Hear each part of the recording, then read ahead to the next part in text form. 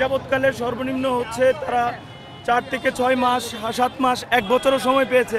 আমরা বলতেছি না যে হচ্ছে আমাদেরকে 6 মাস 7 মাস দেওয়া হোক, আমাদেরকে একটা যৌক্তিক সময় দেওয়া হোক যে সময়টার ভিতরে আমরা রিটেনের যে সিলেবাসটা সেই সিলেবাসটা কভার করতে পারি।